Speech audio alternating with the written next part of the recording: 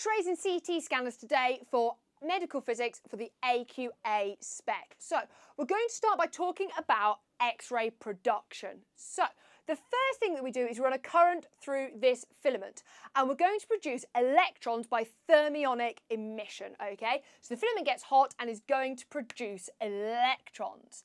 Now the electrons are accelerated towards my anode. Electrons are negative, the anode has a positive charge, so the electrons will accelerate towards the anode.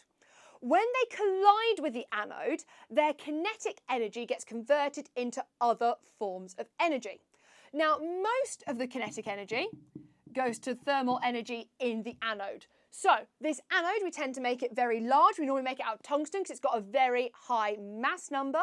But the other thing that we tend to do with this anode is we tend to rotate it. So not one bit of it gets hot at a time.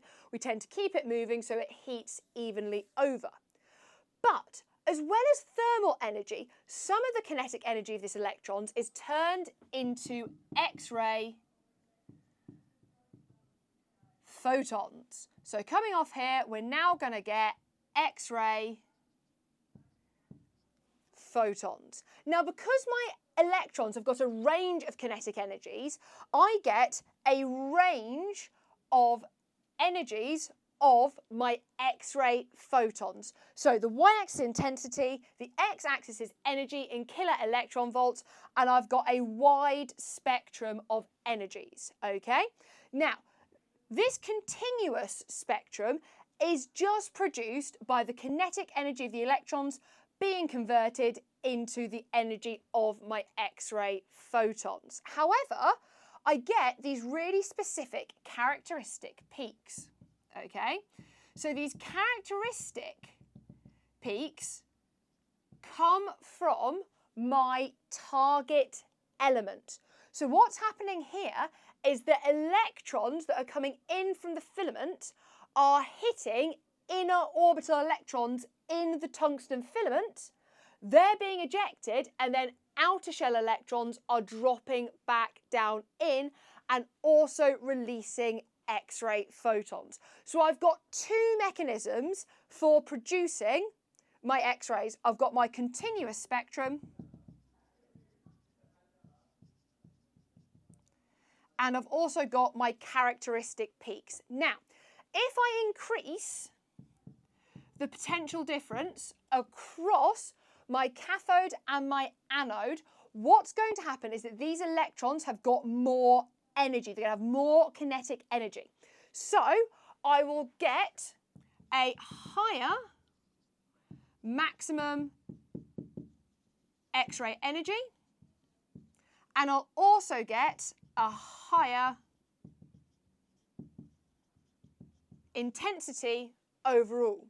If I just increase the current in my filament, then it's just going to be producing more electrons. So that's not actually going to change the maximum energy of the electrons, but it is going to increase the intensity of the photons. So it's not going to change the maximum photon energy, but it will change that intensity. So a higher current means I get a higher intensity. Now, when we use radiation in any kind of medical physics, we're always going to be talking about the radiation dose. We want to limit the dose of radiation to the patients as much as we possibly can to prevent cell mutation, prevent cell death, and all of these kinds of things. Now, one of the things that we do with X-rays is called filtering, and we often use something called like an aluminium filter, or we can use other elements for filtering as well. But what they do is they remove the lower energy photons, okay? Because actually to produce a really crisp X-ray, what we want is we want the high energy photons. So to remove the low energy photons, we can use an aluminium filter, and it would change my spectrum to look something like that. Now, the aluminium filter wouldn't change my characteristic peaks, okay? Because the characteristic peaks are always going to be produced from this tungsten target, so it won't change my characteristic peaks, but what it will do is it will just limit the production of these low energy, these kind of junk X-rays. all they're going to do is add to the patient's radiation dose without making that X-ray image any clearer. Right, stay tuned for part 2. Right, we've talked about how we produce our X-rays. Now let's talk about how we use them. So here I've got a very crude drawing of an arm. So the patient's arm is placed on top of what we call an X-ray plate, which inside it has got a film inside it, a little bit like photographic film, okay? But this film will go black when it is exposed to X-rays. So we make X-rays incident on this arm, okay? The X-rays that go to the bone are going to be absorbed by the bone because it's really dense. X-rays that, for example, are incident on muscle or flesh or the softer tissues are going to pass straight through, hit the film and turn it black. So eventually what I'll get this black and white image. The white areas will show me where the X-rays were absorbed by the bone, so they were not transmitted. And the black areas will show me the soft tissues where the X-rays were transmitted. So this means that we can only really use X-rays for clear images when we've got a big difference in density between the two things that we're trying to image, okay? So trying to image soft tissues using X-rays is very tricky. Sometimes we can use something called a barium meal, which can help to increase the density of the stomach. We use barium because it's got a high atomic number, so it can increase the density of the stomach, so it can help increase that contrast so we can get a clearer image. But in general, we don't tend to use X-rays for imaging soft tissues. Okay, so this equation here tells me about the intensity of the X-rays that passes through the object. So this is the intensity of the X-rays that are transmitted, okay? And it depends on the initial intensity of the X-rays, the linear attenuation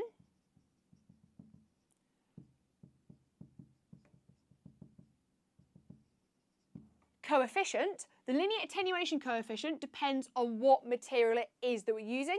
So for example, bone has got a different linear attenuation coefficient to muscle. And then finally, it also depends on the thickness of the object. Now, the exam board really like to ask you about what percentage maybe of the X-ray intensity has been absorbed. So you need to work out what percentage of the X-rays were transmitted and then do 1 minus that, and that will give you how much of the X-rays were absorbed. So make sure that you look out for that if you're doing this in an exam, okay? Now, the half value thickness is this symbol here. And this is just the thickness of the material that is needed for the intensity of the incident radiation to decrease by half. You'll notice it's actually very similar to how we work out half-life for radioactive decay, okay? And it's a very similar definition. Right, let's talk about ways to improve an X-ray image then. So the first thing that we can do is we can use high energy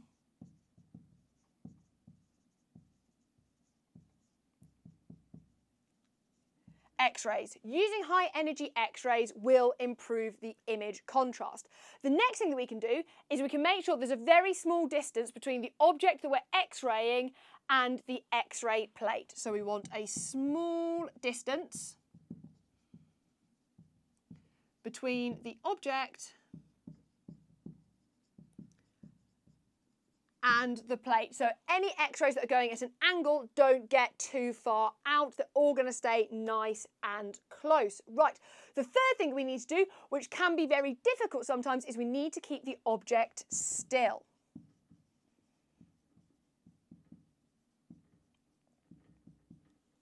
The fourth thing that we can do is we can use a lead grid.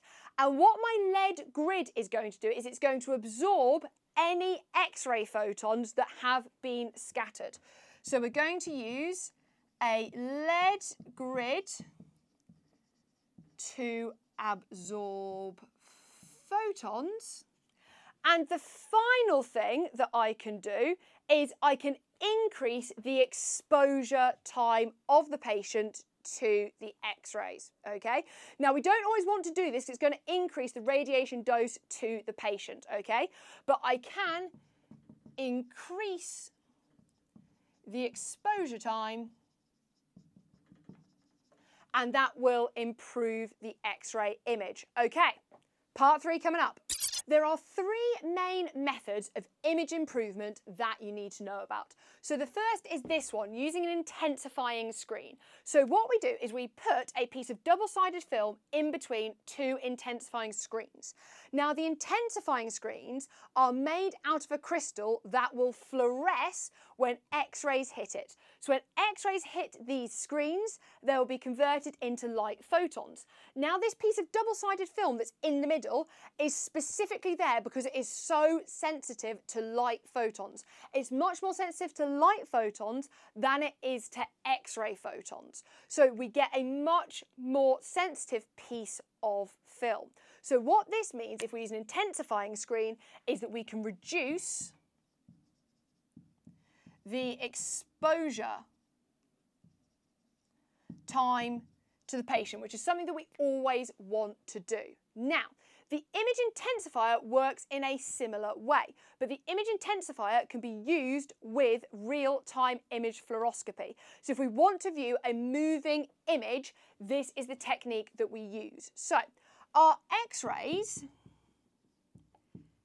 hit a fluorescent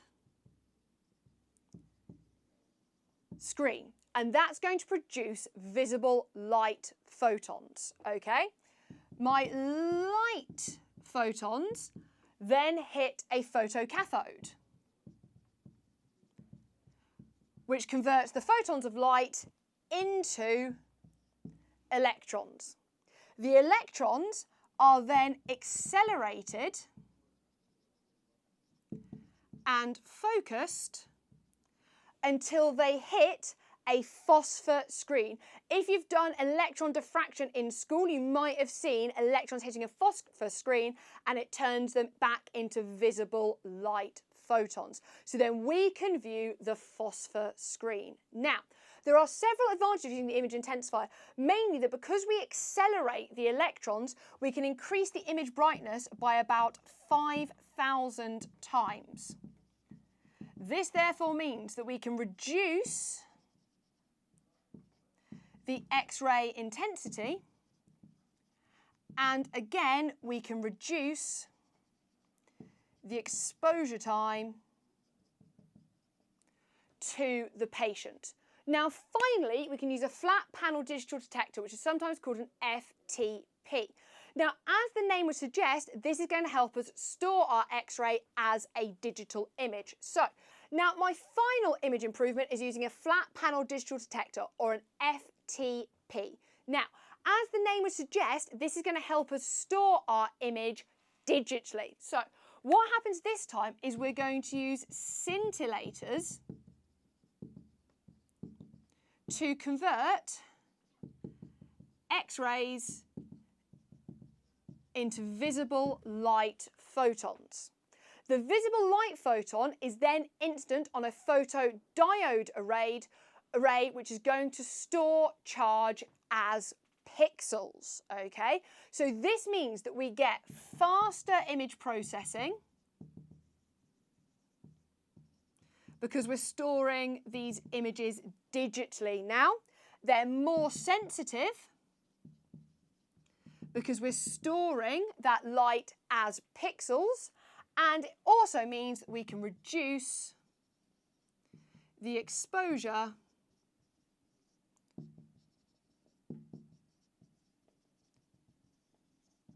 time to patients. Right, final part coming up. Stay tuned for CT scans, please. Okay, so a CT scan is basically just a 3D X-ray. Our patient goes into a tube, we've got a moving X-ray source that will move around the patient and send X-rays through the patient at lots of different angles. The X-rays are detected by a detector array. There'll be a large bank of detectors.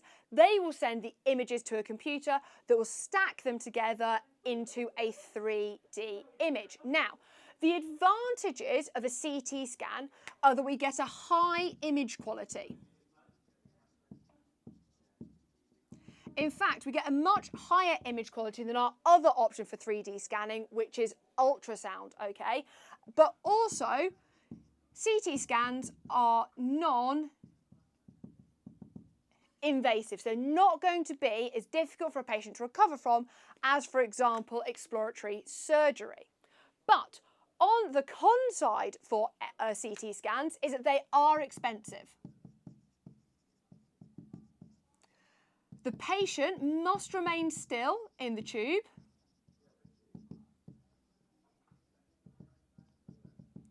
And they will receive a high radiation dose. And especially when you compare it to the fact that ultrasound is non-ionising, that can affect what treatment course medical professionals decide to pursue. So there you go. That's everything you need to know about X-rays and CT scanners for medical physics. Don't forget that if you want to check out the notes for this topic, they're all on my resources on the My EdSpace website. And if you like this video, please subscribe to this channel so I can carry on making videos like this for you. Thank you very much, and I'll see you soon.